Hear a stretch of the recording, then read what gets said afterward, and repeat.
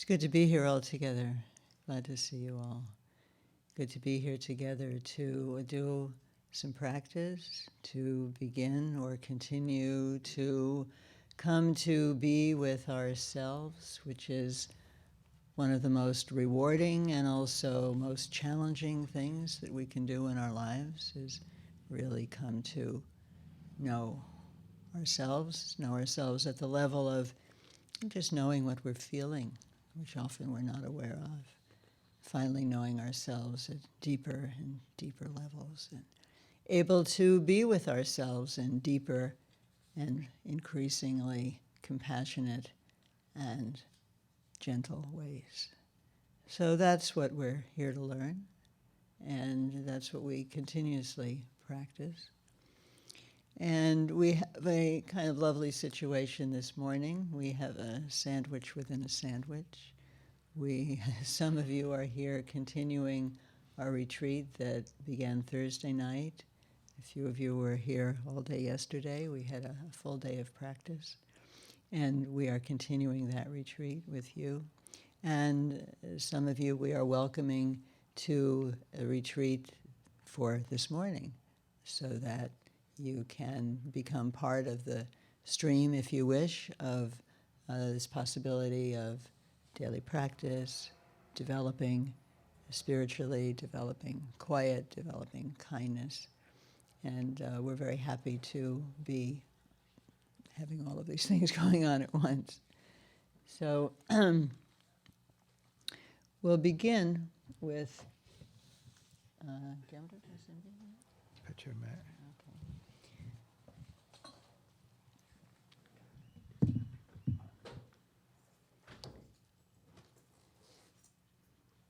For those of you who we are welcoming as relatively new friends of Dawn Mountain, there'll be more discussion about what we're offering and the practice that you can do. But first, we'd like to take advantage of the auspiciousness of all of us being together, because everybody brings something. When people come together to practice, it's really very special. A lot of us, of necessity, mostly practice at home and practice alone. But to come together with others who value the gentle discipline, the cultivation of the flower of our own capacity through sitting, daily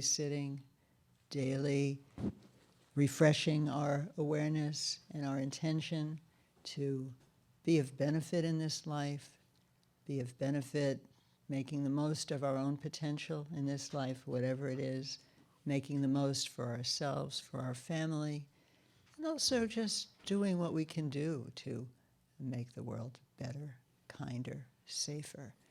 This is really very important, and it's not restricted, of course, to any particular religious tradition or even to religious traditions. This is something that all of humanity needs. As long as the Dalai Lama over and over again says this, it's really very important to say over and over again, and to think about over and over again the importance of our becoming beings who can, just by our being, let alone whatever activities we might undertake, can somehow contribute to the stability of the world, the peacemaking potential of the world, starting with our own hearts, our families, our neighbors, our town. And so this is very much our intention.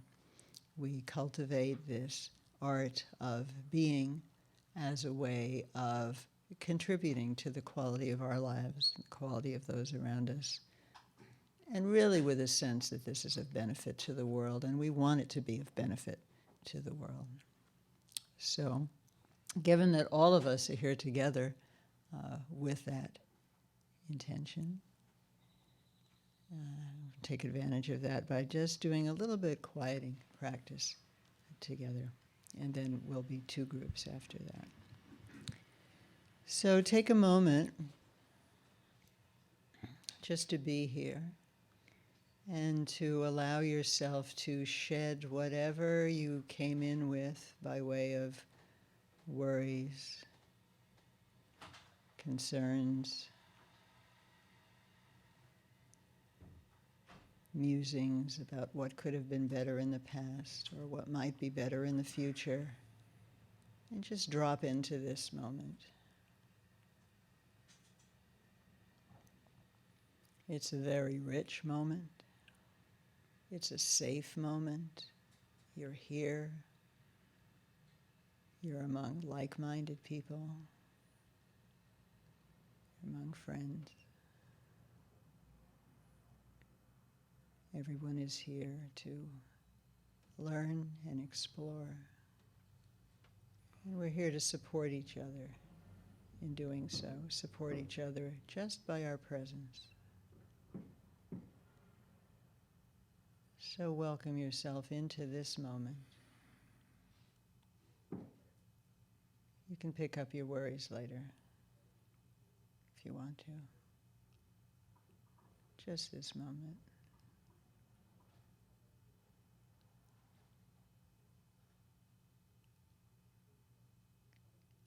And it can support us in the moment to hold a kind of erectness in the body, not stiff, but feeling like a young shoot of grass springing out of the ground.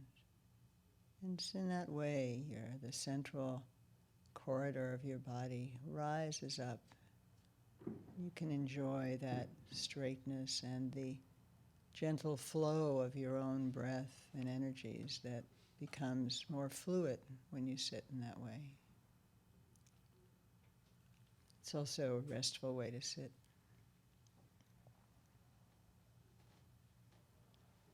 Take a moment to feel, to sense the experience of your cushion or your chair holding you. It is holding you. It is support. Allow yourself to relax into that support. Sometimes we strain at subtle levels more than we need to, so welcome yourself to really allow that support. Let your lower body be at ease, relaxed. You might even consider the power of the support that is coming to you, seeing as you are seated directly above the center of the earth, and you are supported from there for your intentions in this moment, for your being in this moment. There is a deep, deep support, and you can count on that support. It's trustworthy. And your shoulders, just check for a moment and see if they want to allow a little more relaxation. Your hands. Really every part of your body. Being in the present moment is very relaxing. Generally, our stress is not about the present moment.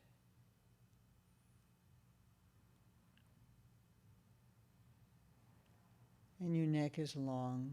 This helps strengthen the central corridor of your body and your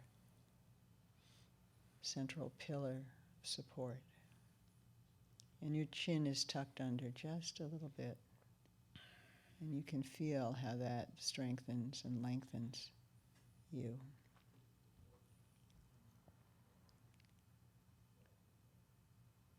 So in this way, you are seated in a very solid and comfortable manner. It's a lot of support. Support is important for practice. It's good to feel supported, safe, held. All these things are present in this moment.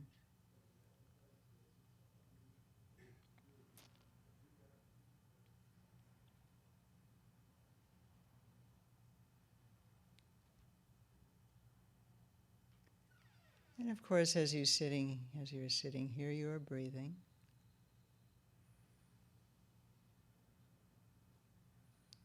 And that means it's very natural to gently direct your attention to your breath.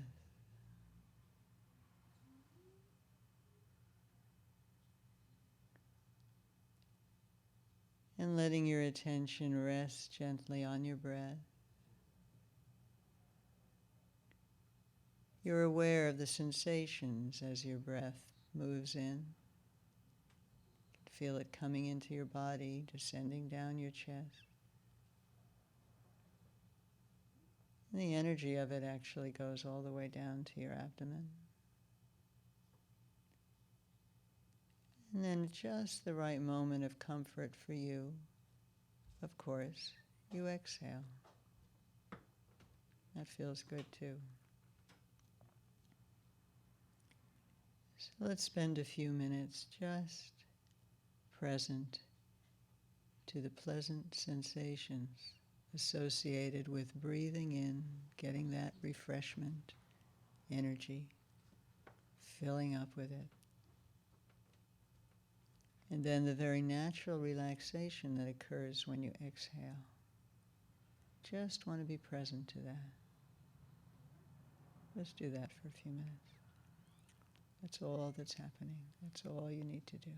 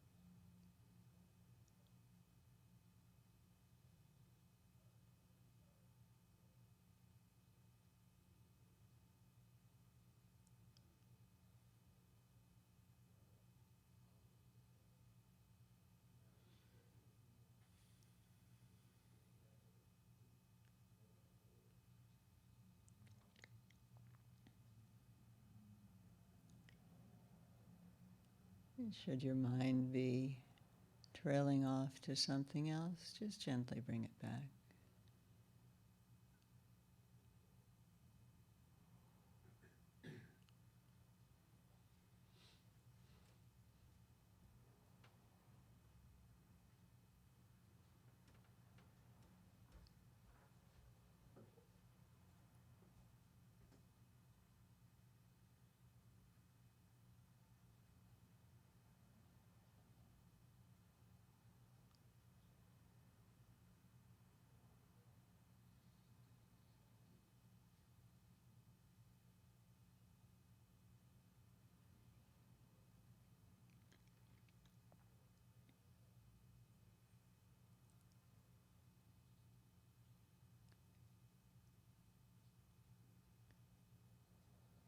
If you feel that you're sinking a little bit into a kind of torpor, you can just amp up your energy just very delicately.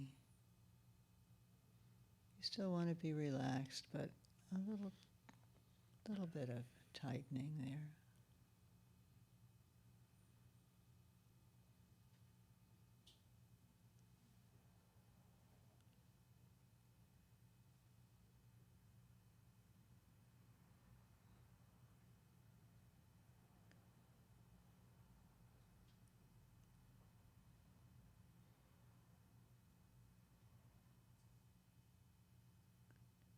Should you find that your mind is racing, you might want to see if there's a little more relaxation that you can bring to the process.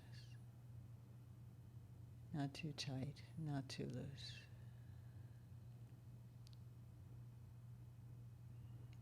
Just right, just in balance in this moment.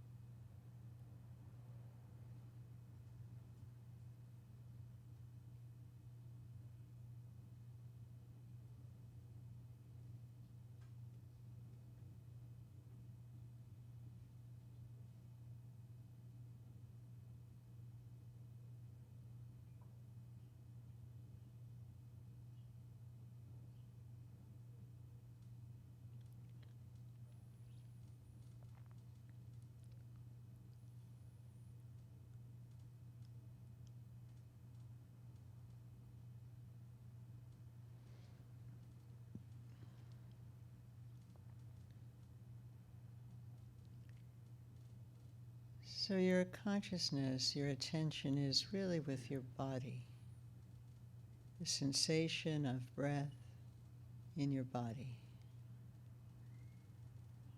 That helps keep us in the present. Your body's always in the present.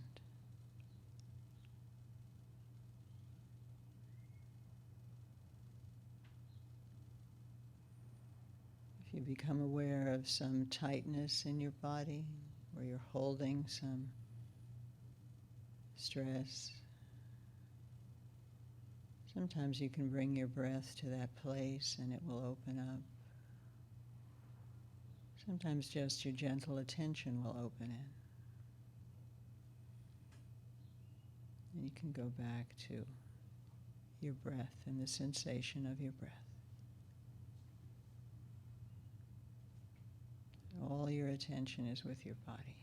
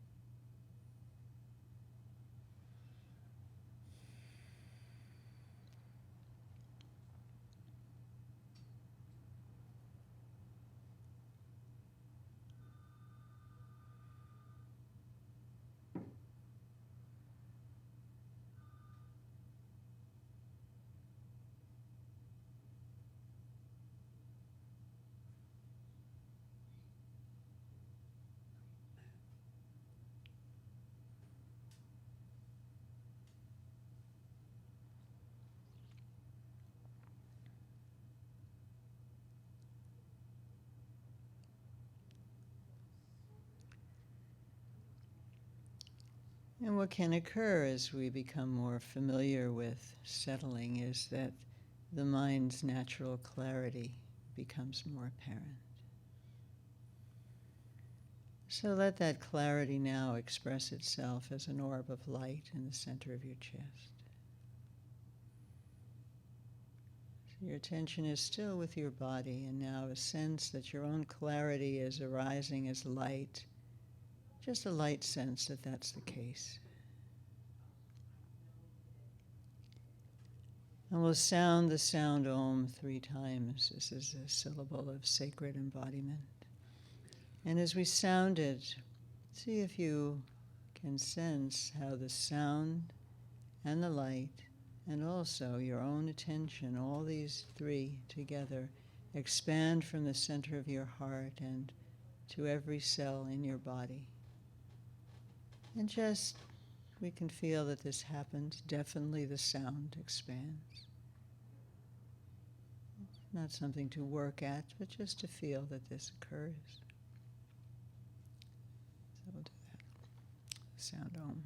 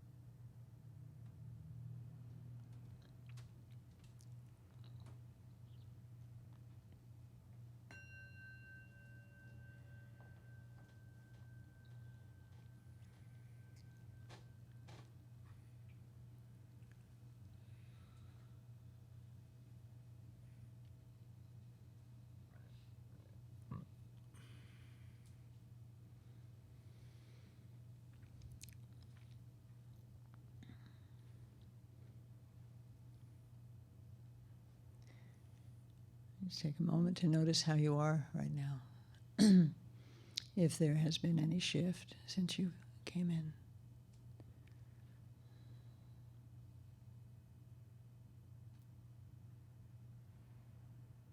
Okay, so we've had an introduction to meditation. Can we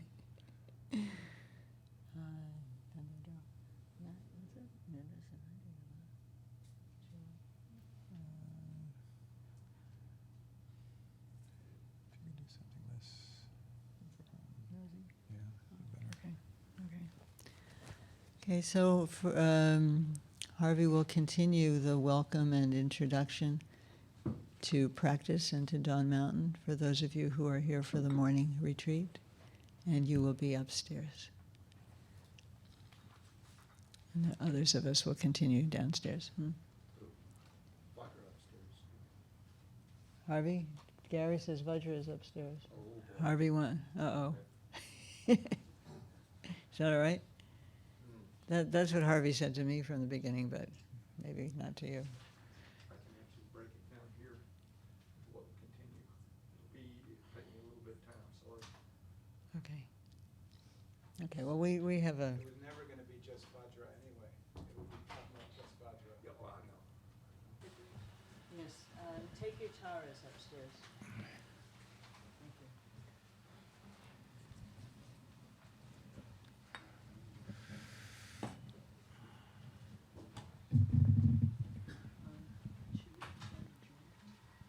No.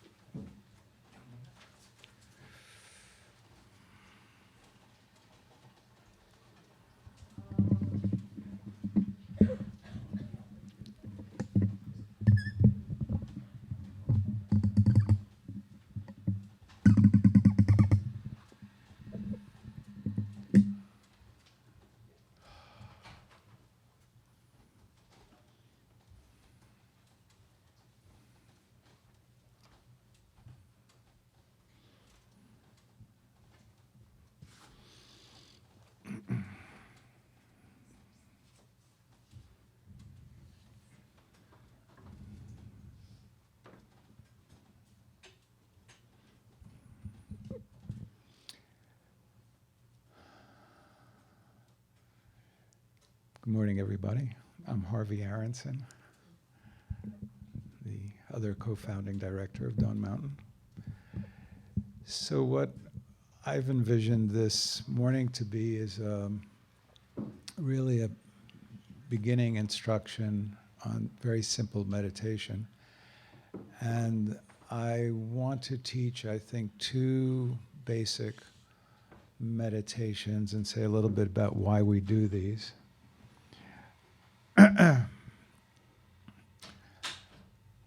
Traditionally in Buddhist practice, meditation was a way of sharpening the mind and bringing it into focus and allowing a practitioner to really develop a very, very deep understanding of who they are and what they're about. And that's still what meditation can do if one elects to sort of make it a very, very large practice and part of an overall spiritual endeavor. At the same time, over the last 30 or 40 years, it's become clear that some of the simpler aspects of meditation instruction can have some very, very beneficial effects on emotional and mental health. And so we like to offer simple meditation instructions that can be useful for people in daily life, for people who are so interested. And the first thing I would say is that a lot of people are attracted to meditation, and they have an idea that they'll practice meditation, and all of the inner chatter in their mind and all the chitch that goes on forever will just be able to be turned off like a light switch. And this is just not the case, and you'll be very, very unhappy if you think that by coming here you're going to learn how to turn off your mind. And in fact, part of what happens typically when people start meditating is they become a little bit more aware of how much chatter they actually do have going on in their mind. So what we're actually seeing ourselves doing is developing awareness and attention. And how that relates to ordinary living is that typically we have what could be called a passive attention. And that is something attracts our minds and we get drawn there. So we see a yellow flower and then we think it might be Mother's Day in a couple of weeks and I've got to buy my mother flowers. But then again, my mother never gave me birthday presents, and gosh, I'm really angry at my mother. And so we just sort of passively react, and there's a whole chain of associations, and before we know it, we might be blowing up. And some of this can happen very, very quickly. With active attention, you would, let's say, be looking at a flower, and you might notice that, there's a thought, Mother's Day is another 3 weeks. But instead of getting identified and thoroughly absorbed with that thought, you would just see it as a thought that arises and ceases, and you'd be just looking at the flower. You would be focusing on the flower and allowing whatever other stray thoughts, emotions to come and go.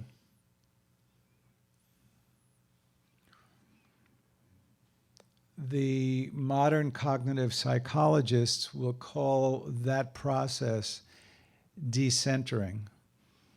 A more layperson way of saying it is you don't have to do or believe every thought that comes into your mind. Most of us don't even really, if you haven't done any therapy or if you haven't done any meditation, you have a thought, I need to go to Kroger's, we just sort of pop up and we need to go to Kroger's. Or maybe my spouse doesn't care for me.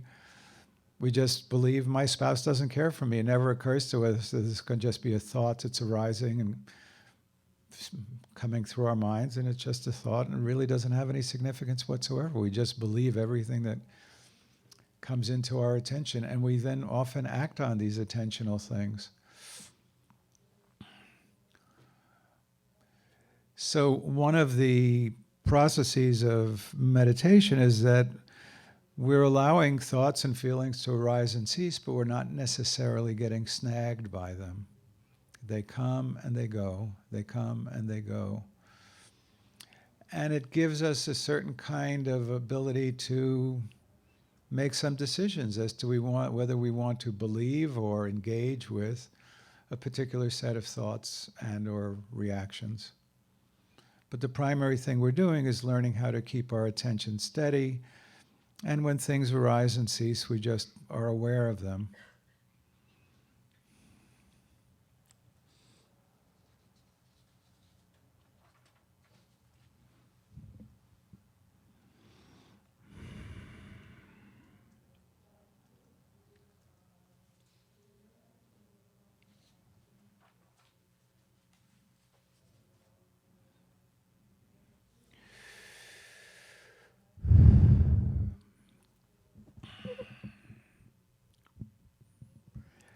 So there's a fair bit of neuroscience now being done around meditation, mindfulness meditation.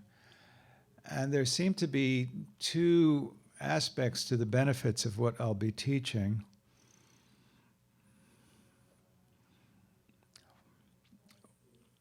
One is that we often get caught in ruminative cycles. We just start getting into something, we just start churning on it. And so the practice can intervene on that kind of ruminative cycle. The other aspect is if we find that we're particularly numb, paying very, very careful attention to our experience can start opening up, especially our kinesthetic and bodily experience, can start opening up a channel into our feeling world. The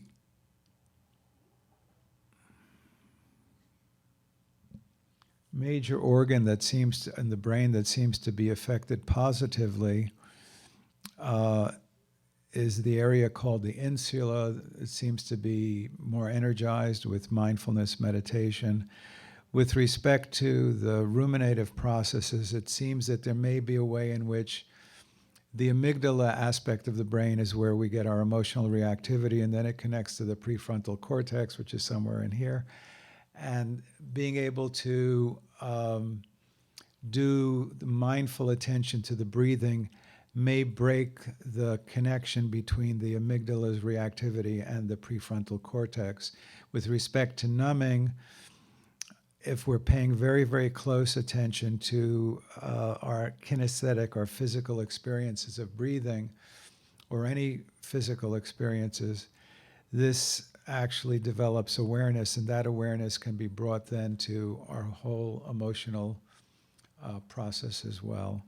So I want to teach two forms of meditation. They're a little bit different, and one is particularly suited for being in the world and really just being about, walking about, sitting at a job or working with people, and one is a little bit more for a quiet practice. I will follow up with what Anne taught and do it again.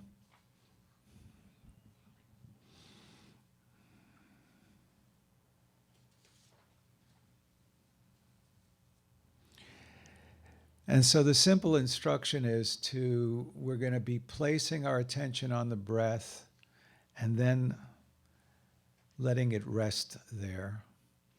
And really we're just then being with the breathing.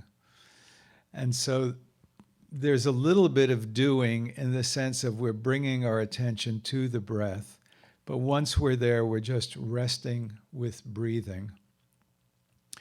And the important thing about this particular style that I'm teaching you of meditation, they're not all the same. Different modes of meditative practice are a little bit different.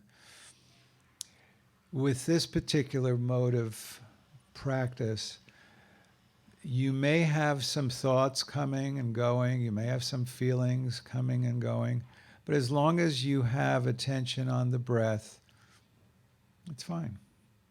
The main thing is the forefront of your attention is this breathing. If thoughts are coming and going, feelings coming and going, it's fine. If you get completely distracted, when you emerge from that distraction, just maybe note it with distraction internally, and then bring your attention back to the breath and rest being the breath. You really want to actually see if you can be thoroughly identified with the process of breathing in a very restful manner. And as carefully and as delicately as we can be with the process of breathing, we want to be so. And then if there are things occurring that are distractions, but they don't fully distract you, they're just there. If you do get fully distracted, nothing to criticize yourself about, just note it and bring your attention back. So this is an attentional training. It is the case if we do train in this way over time, there'll be a gradual decrease in mind intensity and mind chatter, but it takes a while. But the main thing is developing a kind of center of attention that's not getting dragged off by every impulse. So are there any questions about what I'm saying so far? Questions are good. Yeah.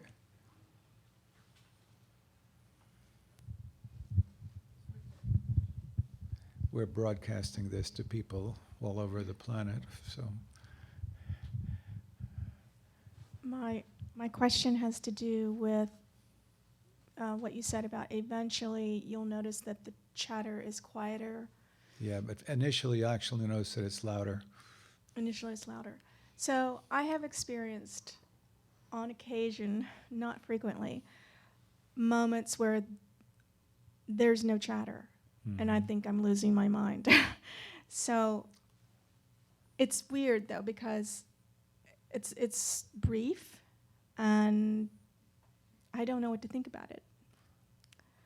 I don't know if I'm actually getting to where you're saying or So I don't know what to think about it actually. yeah, in a way I'm tempted to encourage the not knowing. Thank you.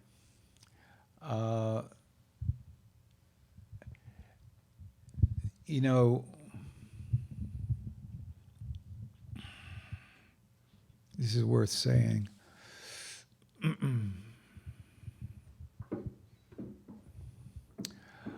One of the things that the neuroscientists point out about the way we go through life is that when we have sensory experiences, there are 6 layers to the cortex apparently, and the sensory information comes in from the lower layers and then it goes up.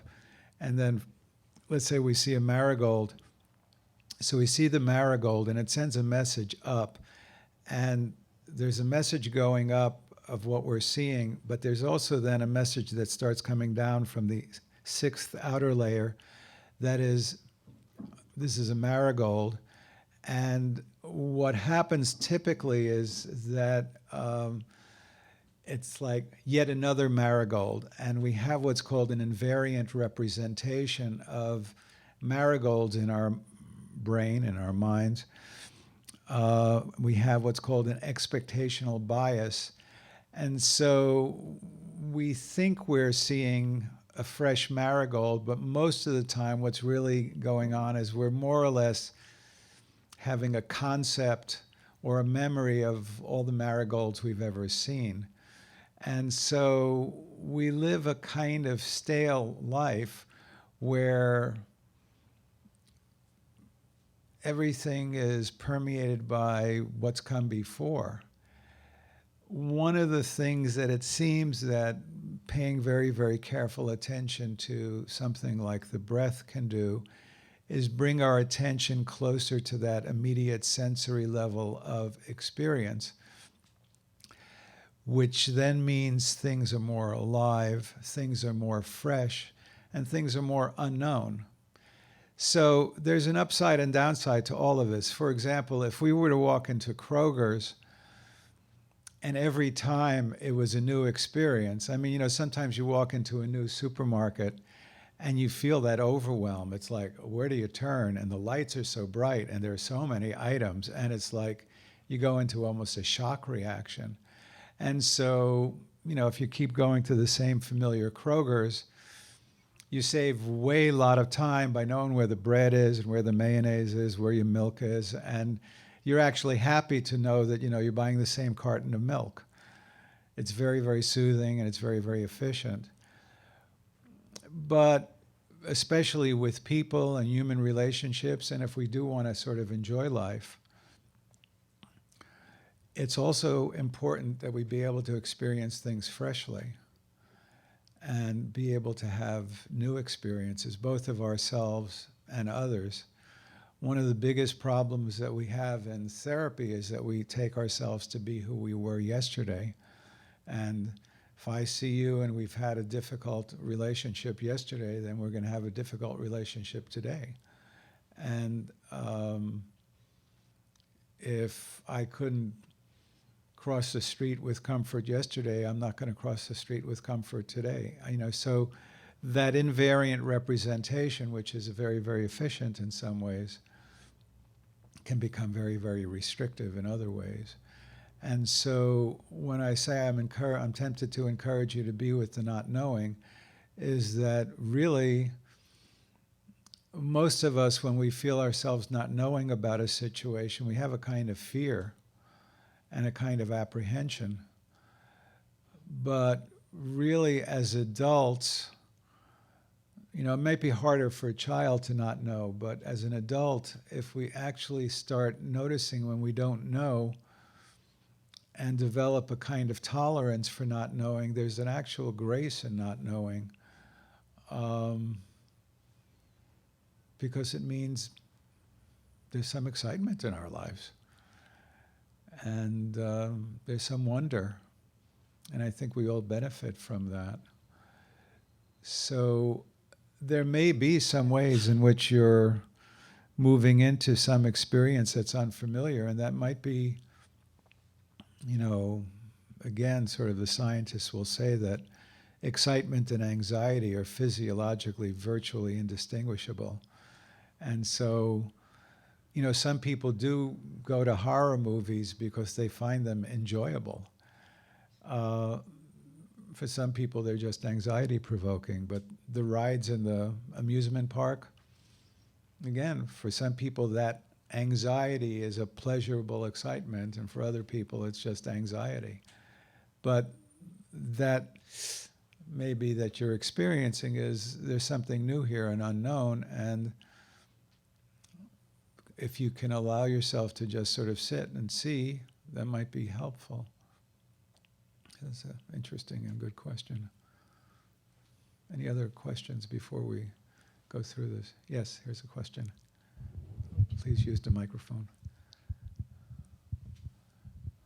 Hi. Hi. I'm very much an oral learner and Oral person? right. Yeah. And so I find it very difficult to just think about breathing without sort of anchoring some sort of sound or mantra, or even if it's very simple, like breathe in, breathe out, or counting. Is that advisable at first, or do you think that will hinder me in the long run? You can work with that. Okay. If that really seems to support you, that's Okay. fine. Sounds good. There'll be another practice that I teach that you'll find interesting. That'll be the second practice I teach. But you can do that. You can anchor it with either you can see what works best. You could do something like in, out, or one with the in-breath, one with the out-breath, two with the in-breath, two with the out-breath, up to 10. Or you could just do some simple in and out. Just sort of play around and see what works best with you.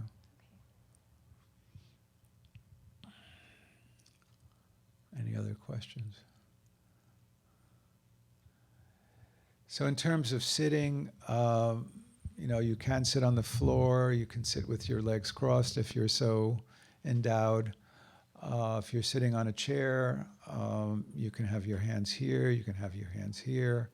You can have your hands like this. It's just, you can have your hands comfortable. In general, we say to keep the back erect but not stiff, and we tuck our chins in just a little bit. You can have your tongue right where your palate meets your teeth. For this particular meditation, we'll do it through our nose breathing, unless you have some real obstacles with your nose. In terms of eyes open or closed, many people like to meditate with their eyes closed, and that's fine for this first meditation. And if you find you're falling asleep, you might open your eyes a little bit and just have them soft focus towards the floor. Soft focus means you're not really looking at anything. You're just sort of, your eyes are open. You're not paying attention. If you find yourself actually focus, see if you can actually then defocus and just sort of have a sense of a field.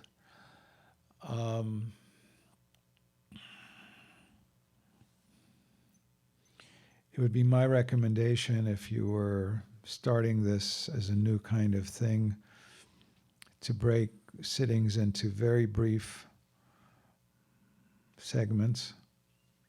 like 5-minute segments.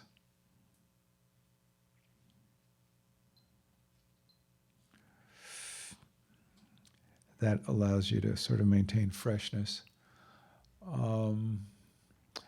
And you're basically placing your mind on the breath and resting it there.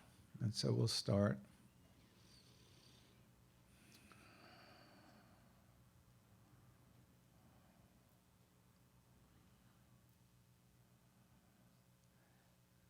If you can have a sense of almost becoming the breath and just rocking in and out, but really feeling very delicately the sensations of wherever it seems to really be most prominent for you, to be with the breathing. And just allow yourself to be with that experience. And then let everything else be in the background. Get thoroughly lost in some daydream or another, or some concern or another. When you come out of it, just distraction, and bring your attention back to the breathing.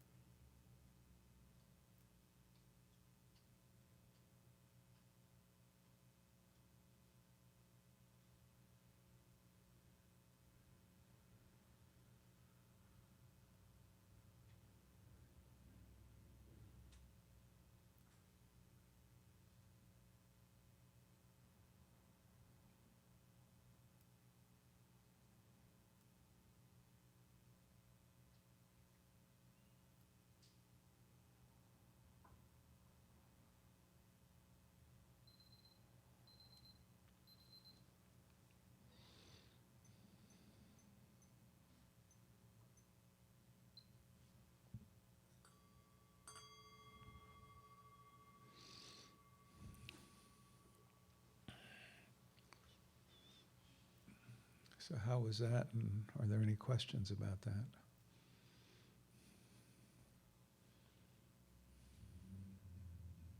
Questions or observations?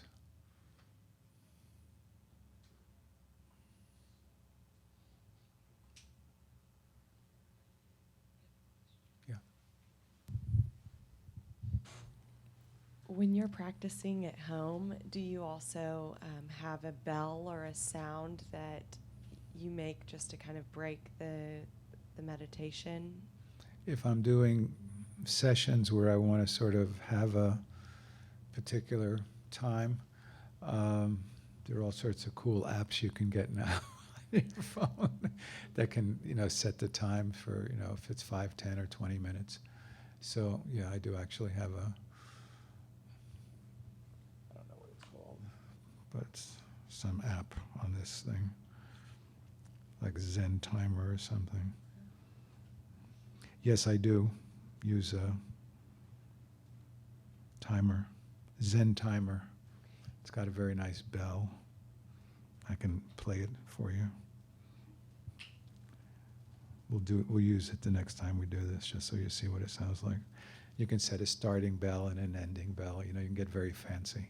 But yeah, it's nice to set a time length for your meditation, just to have a sense that this is the period that you're actually, and to then typically turn the phone off in terms of getting phone calls or whatever. Yeah, question. I just have an observation. Yeah, an observation. Yeah, so it was easier the first time to get into my breath and stay with it. And this time I noticed I was looking real hard for the first time, the entire time. So I don't know, there's a question, but there's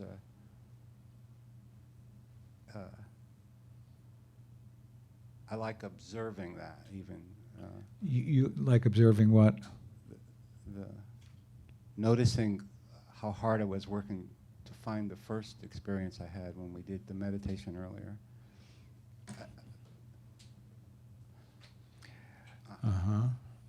Yeah, so you're talking about something that's very, very common for people who meditate. It's kind of a understandable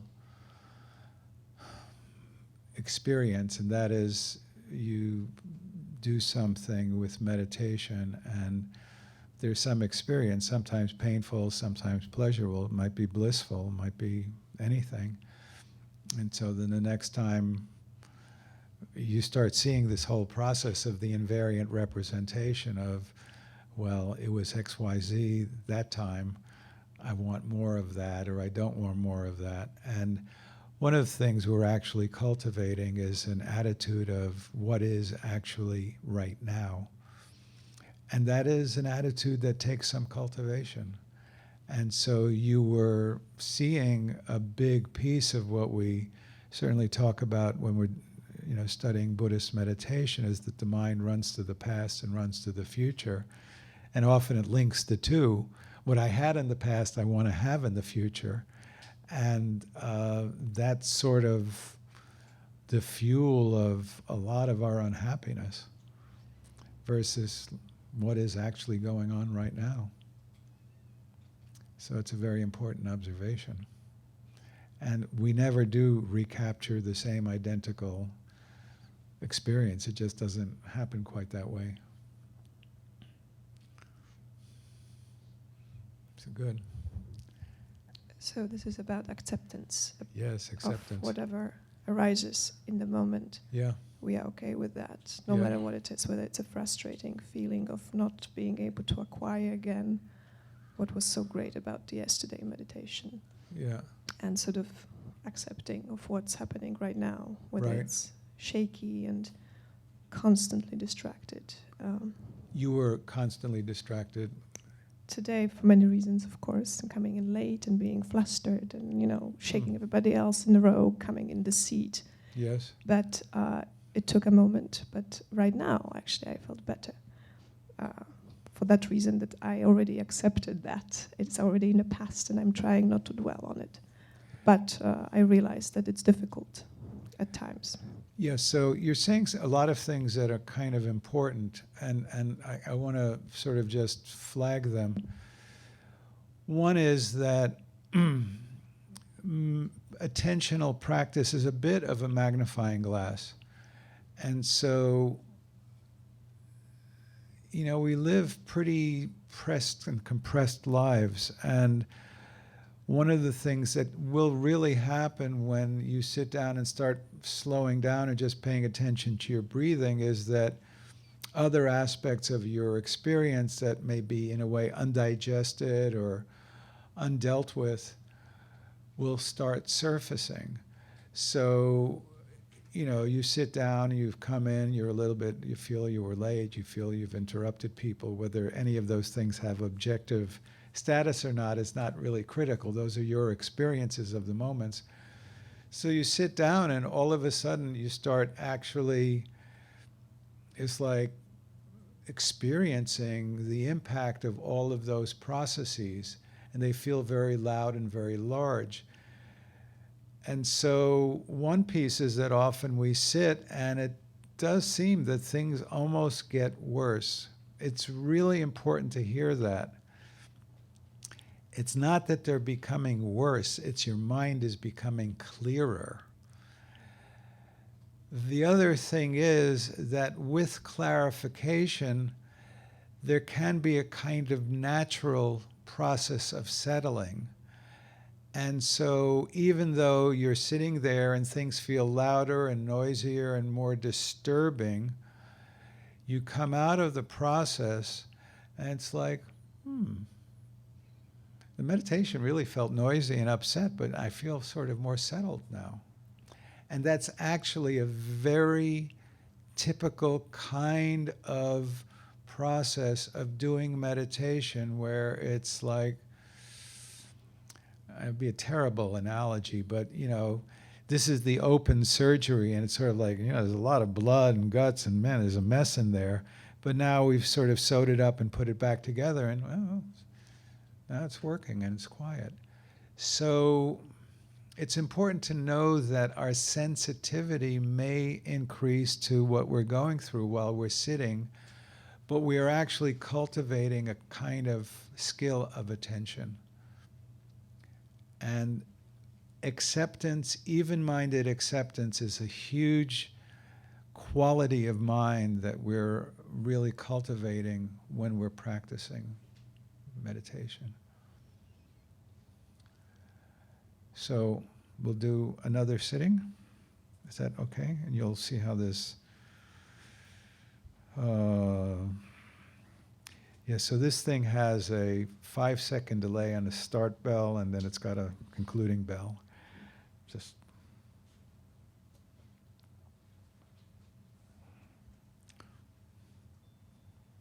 that wasn't very loud. We'll do this for 5 minutes.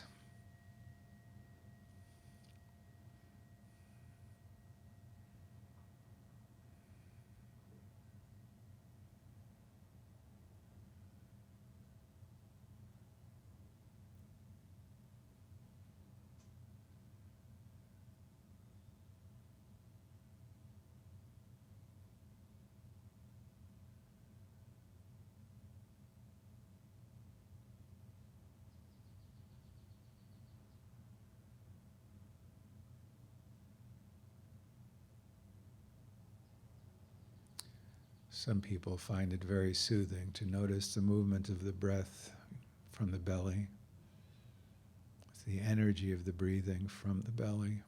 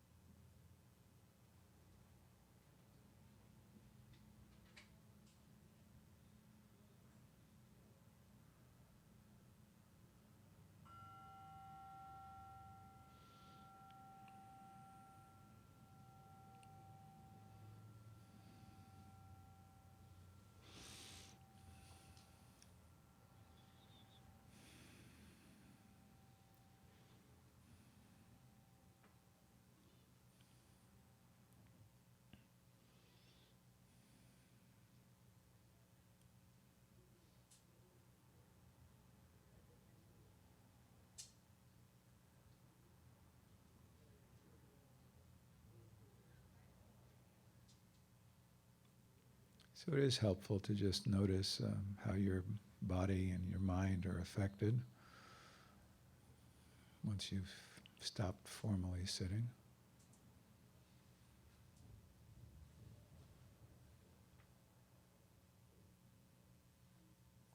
Any questions or observations on what we've done so far?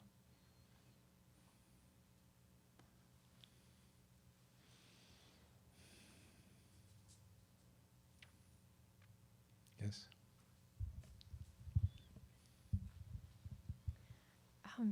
I'm sure this must be an issue with other people as well, but I always feel great when I'm meditating, but I notice if I am in a meditation phase where I'm doing it a lot, it's almost like Could you put detoxifying. this a little bit closer?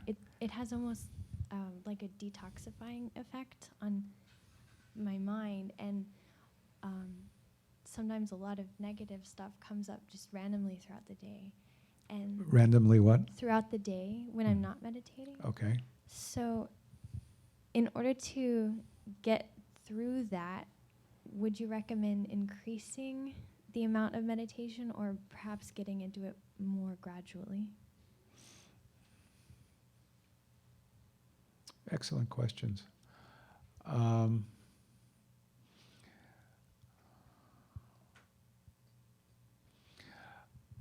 I think I'm going to recommend the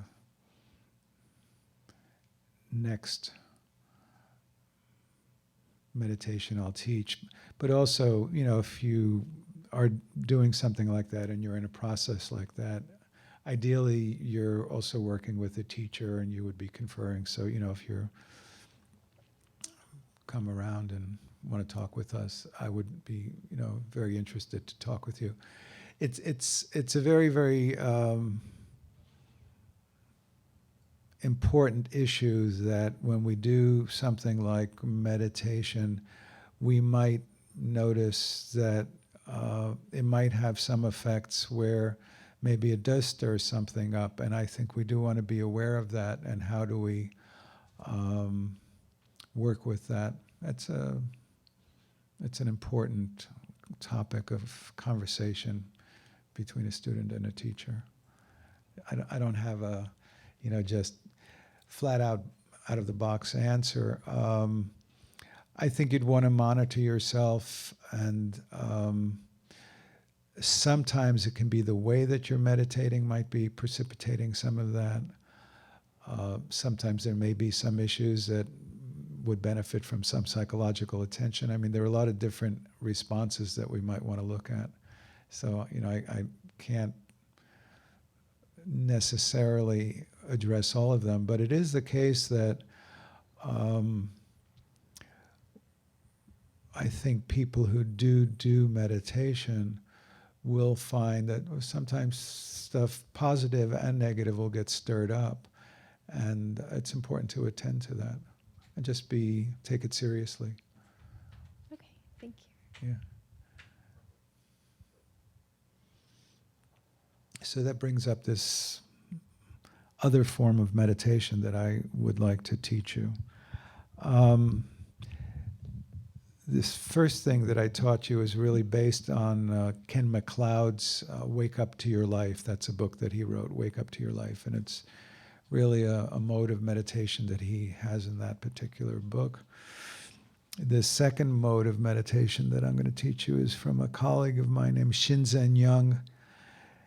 And both of them are really grounded in traditional Buddhist practice, but there's slight variants. So the mindfulness that Shinzen Young teaches is to be aware of 4 dominant aspects of experience: sight, sound, touch, that's anything in the body or where the body has contact with what it's sitting on, and then talk, and that would be internal processes of all the chatter that we have internally. And so what you're doing is developing an even balance, accepting, awareness of what's predominant in your consciousness and at a certain rate. So I'll just sort of illustrate what the rate would be like. Sound, sight,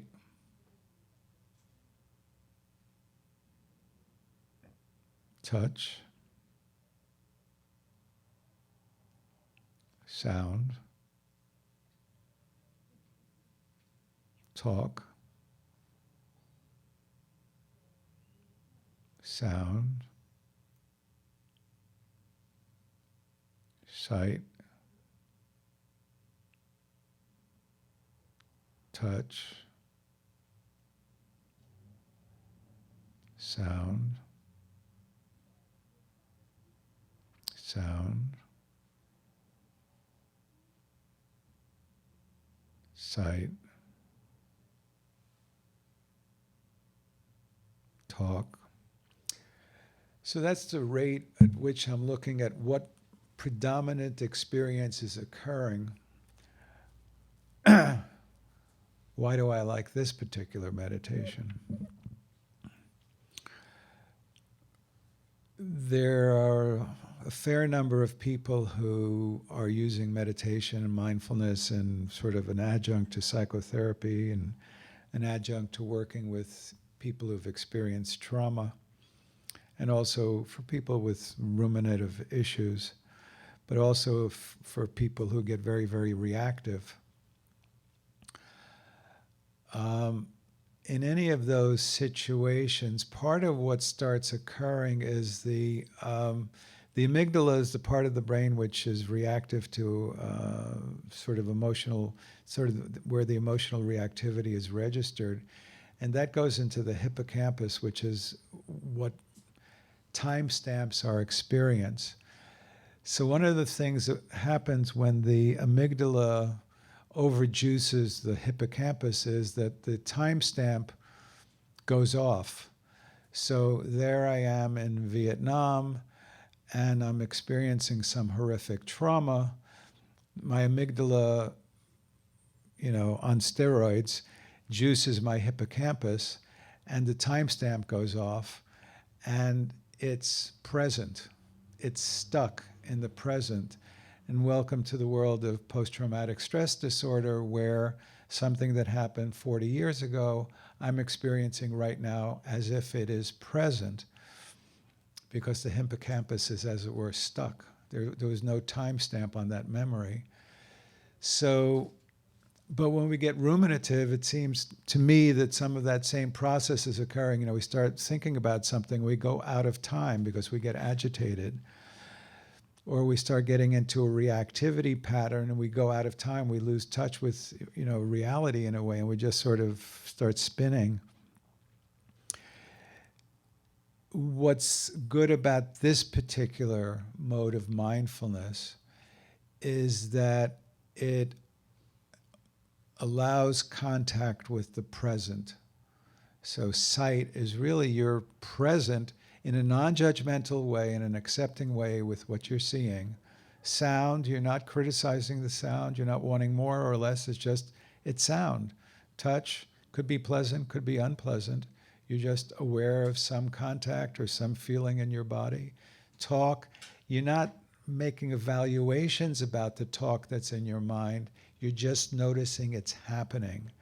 And so you're developing an observing awareness, even acceptance of your experience.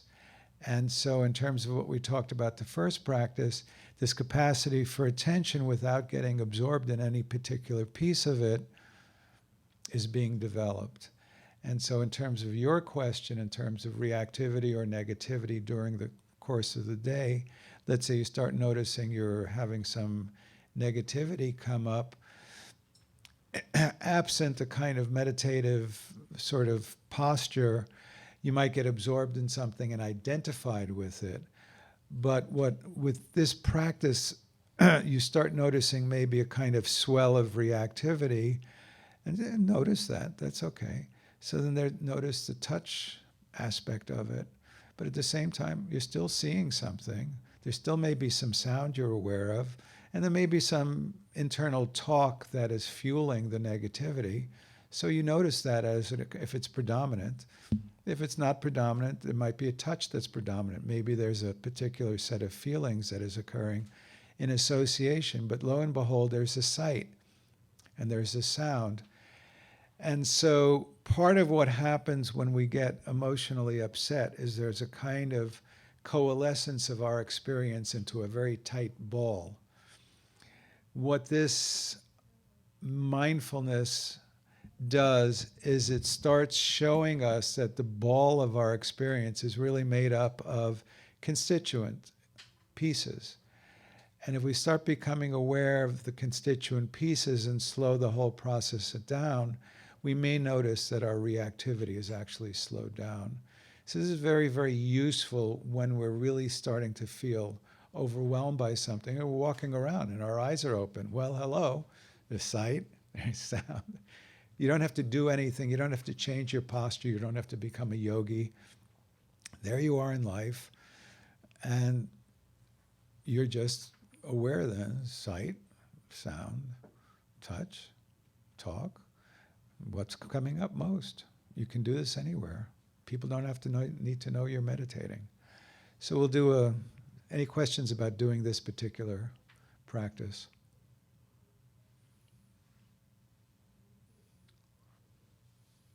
Anything whatsoever. So we'll do it internally. And just for the heck of it, for this, we're not going to even try to sit in a particular way because, here you are, you might be at your office desk and doing your work or on the bus or walking. So just have your body be whatever way you want your body to be. And we'll do this for 5 minutes. So it's going to be sight. Your eyes are open. If sight is predominant, sound if that's predominant, talk if that's predominant, or any feeling in your body, contact that you're sitting on, or some experience. And just very even, very accepting, just noting it. And the real training is developing the capacity for just noting, accepting, being with your experience.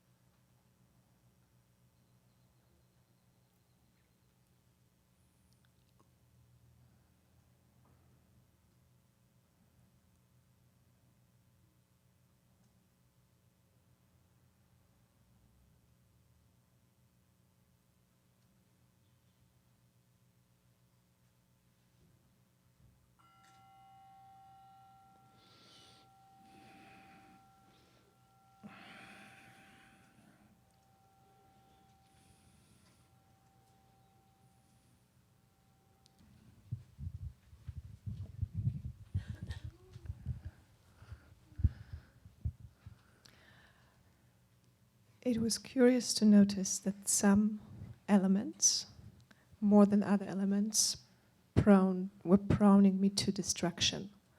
So, for example, the sound aspect was easier to focus on than sight for me. And when I was prompting myself to see, my mind was going off much easier than when I was focusing on the sound or touch. Now, why were you prompting yourself to see? I guess I was giving myself a command every time increment to do that. Did I misunderstand the instruction? Yes, so it's what is prominent in your experience. It's not any decision you're making. So you could be in a very noisy environment, and it could be sound, sound, sound, sound. One of the things that would be interesting is, sometimes people get very, very bothered by, let's say, sound. And so, in a way, you might be, in a way, then saying sound, sound, sound, and you might then notice that, you're really being bothered by it. And then you would actually notice, oh, there's actually a touch sort of contraction. So that's touch. And there are a lot of interesting aspects to this. Yes, so it's a great question. So it helps clarify. You're not directing this. It's what's prominent in your experience. So it is what arises that I notice. And what is it arises that you notice? Okay. Yeah. So I'm But glad nevertheless, it was interesting to notice that certain reactions were stirring the mind more, or certain stimuli was stirring the mind. Right. So more. you may notice that somehow, for you, a particular stimulus might be more connected to a kind of chatter than another. And that's Exactly. so it's something you learn about yourself. It's wonderful.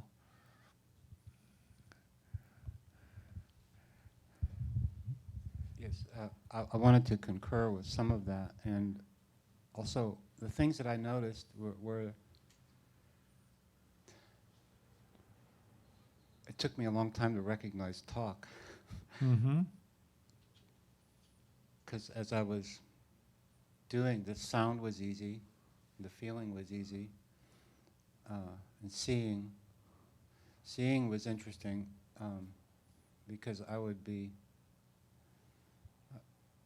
again, I had like commands or something. I was trying to just, I don't know what I was doing, but I was shifting my eyes to different things, and I was looking at things, but I wasn't seeing them.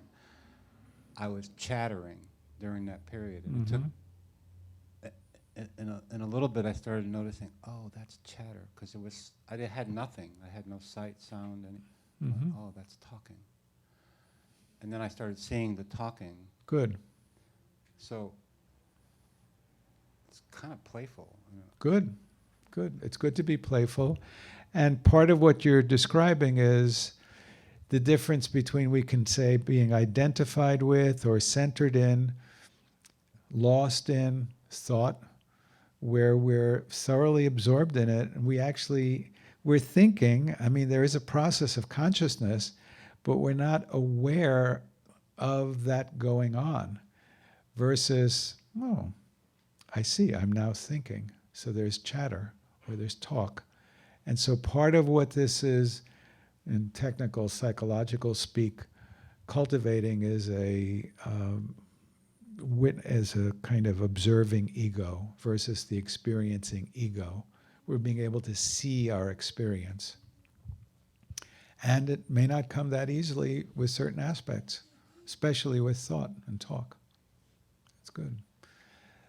Let's get another practice piece in. I think it would be good. We'll do another 5 minutes. So really, really important that we're not trying to control what our experience is. We can have a whole string of one talk, talk, talk, talk. It could be sight, sight, sight, sight, sound, sound, sound, touch, touch, touch. It could be varied. The main things that we're cultivating is an accepting. We're actually allowing ourselves to experience our experience. We're curious about our experience. We're trying to be non-judgmental and fresh as possible.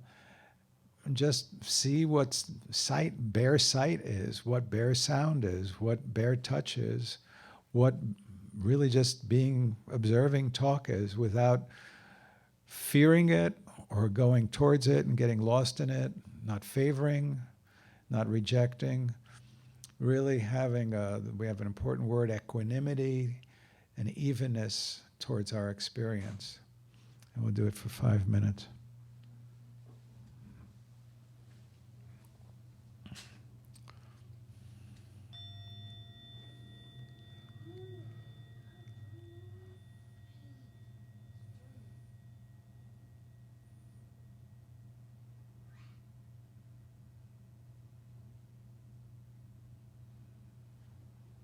Notice sight, sound,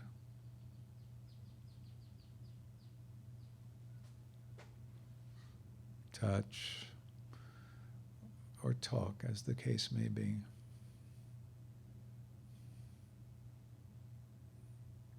Whatever is predominant in your experience, you don't need to try to make anything happen. Just let it come to you.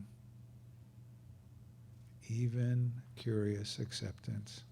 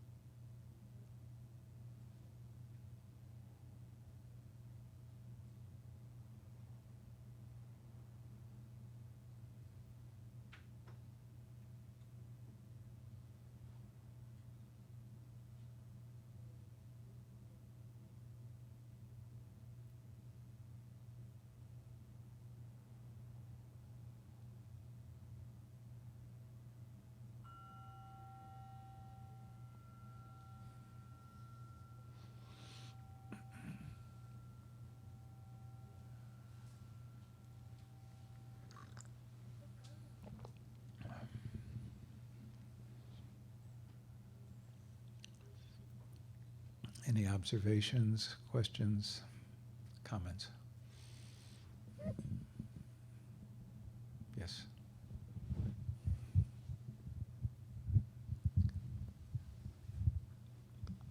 Is it safe to say that one of the benefits of this practice is that we are able to observe, let's say, the sound or the chatter in our head, or not observe it, but watch it, as if we were like watching out at the traffic from an office window and not be involved with the traffic below? But if we had a negative experience in traffic that day, we're able to just watch that instead of be involved in that negative experience and be in this sort of, you feel the sensations you feel now instead of what you felt before. Is that one of the benefits? Is that Yes. brings us? Yes. But one of the things I think I want to say is that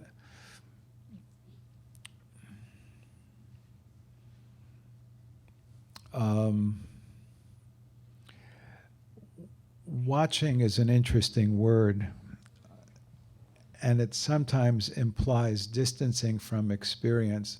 And I think what you said is, to be aware of what your current sensations are now. If you're actually aware of what your current sensations are now and are present with them, whatever happened in the morning earlier, that's great. And you can just sort of be with them evenly. Some of those current sensations might be stirred by memory, and that's okay.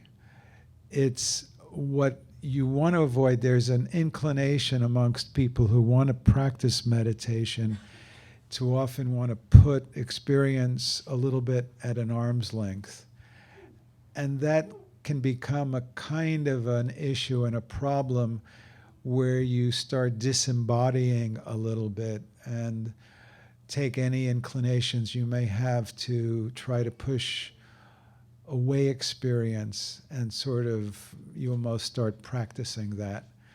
So this practice is actually to allow experience to be what it is and to have an openness and acceptance to it and curiosity about it, but also to notice that it's fluid and fluctuating.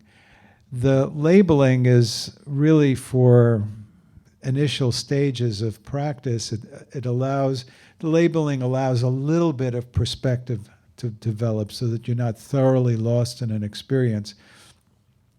But if you found that you were able to go through life and just be aware with present to your experience without getting lost in anything, you wouldn't need the labeling.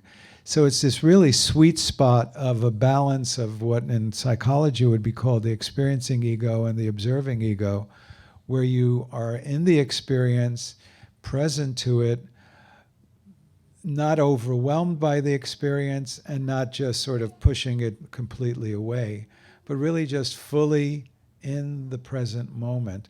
And that turns out to be harder for most of us than, it's easy to talk about, but it's harder for most of us to achieve. But if you're present to the fact that you're in talk, or you're present to your current sensations, most of our current sensations are in fact based on imprints from past sensations. I mean, that's just the case. Or we're reacting to things based on habits. And if something happened in the morning, it may very much affect something that happens right now.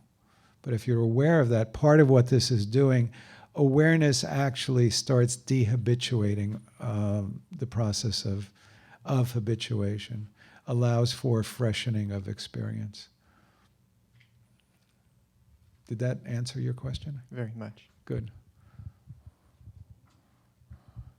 I noticed something really interesting after coming out of the meditation. Mm-hmm. I think I had a little more perspective thinking back on what happened rather than being in it. But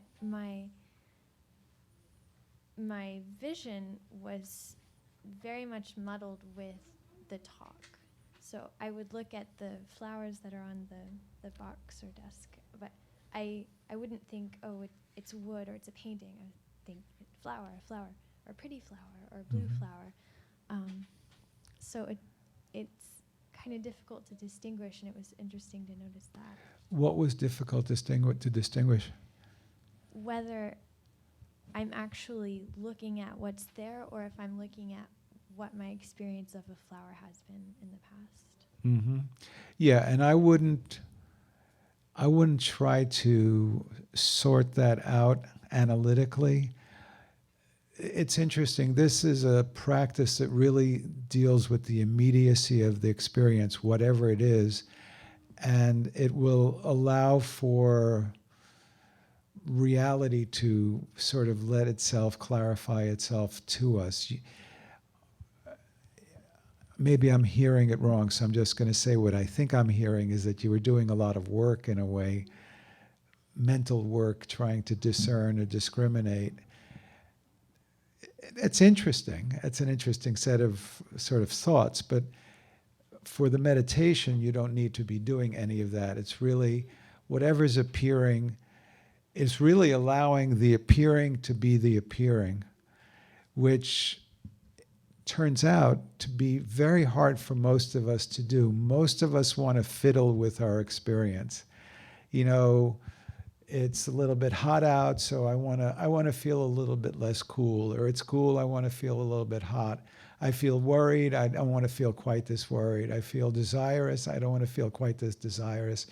And I'm worried about something, I don't want to be worrying. We're always trying to fiddle with ourselves.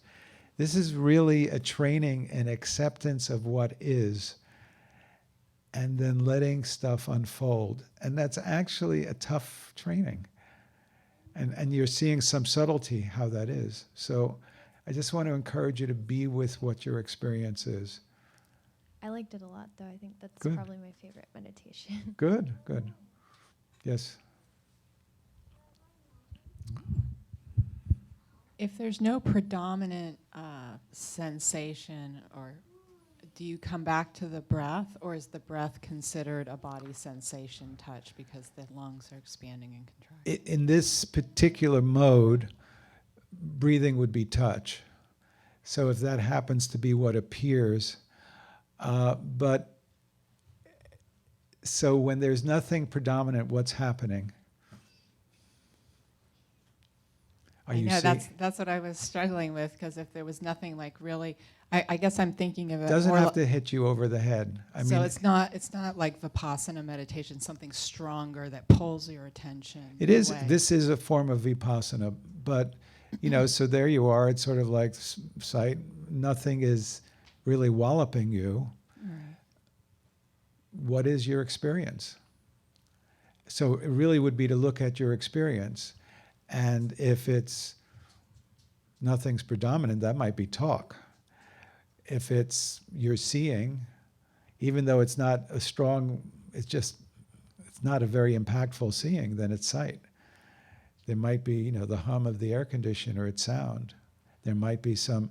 So really what's, part of this is you can have a lot of gross and coarse experiences, but if things are relatively quiet around you and you're relatively quiet, then you start moving into more subtle, what is most prominent in my experience? And what's subtly prominent? You're experiencing something. No, you're right. I mean, I guess that was my question. Even if it's very, very slight, you're going to put your attention on that. Yeah, I mean, unless you're in some deep meditative understanding where there might be a non-dual experience, typically for most of us, we're aware of something. And what is that? It could be very not interesting and not walloping and not predominant the sense of strong, but just this is what is coming into my field. Thank you. Yeah. Yes. Go ahead. Do you have? Oh, I don't have anything. You don't have anything? No. Anybody else have anything to say or ask? So let me just say a little bit about Dawn Mountain and what goes on here. On the first and third Tuesdays, we have a class. Right now we're doing something on various reaction patterns and how attention is brought to reaction patterns. And so if you're interested in something like that, that might be an interesting set of teachings. So we're doing that through, I think, the first week of May, this particular series. We've got, 3 more classes to the series. But they're each freestanding. So if you wanted to come on any first or third Tuesday at 7 p.m., you're welcome. On the second and fourth Tuesdays, we have a meditation period from 7 to 9, which is open. It's just to come and sit and to practice what you want to practice. And then on the Sunday at 11, we have an open meditation, which is an alteration between observing the breathing at the belly and the chanting, hung, hung. So it's a use of a chanting meditation and a sort of breathing, centering meditation. And that's open to everybody at 11 on Sunday. And then from time to time, we have retreats for more advanced meditative teaching within the Buddhist tradition. And we will broadcast publicly the meditation this Sunday. So this Sunday's meditation will be broadcast publicly. Thank you. And all of our teachings are now being set up online. If you, for example, missed the first part of the series on Tuesday nights, they're now archived and they're available. It's just youtube.com/Don Mountain. And there are a lot of free videos as well that we've got there. Are there any questions that you have? So, the sitting breathing meditation, in some ways it might be a little bit more peaceful, don't know. But, that's something you could do at home. You could also do the sight, sound, touch, talk at home. But the sight, sound, touch, talk is very, very useful, if you're in your life.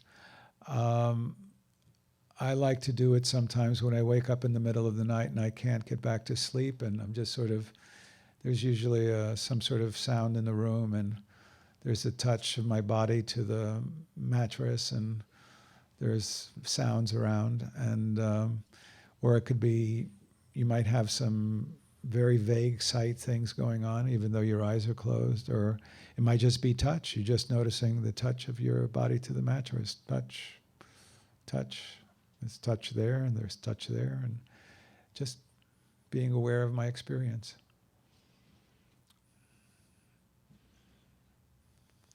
I'm very glad you all came. I think we're there for the day, and we'd love to see you again. Thank you.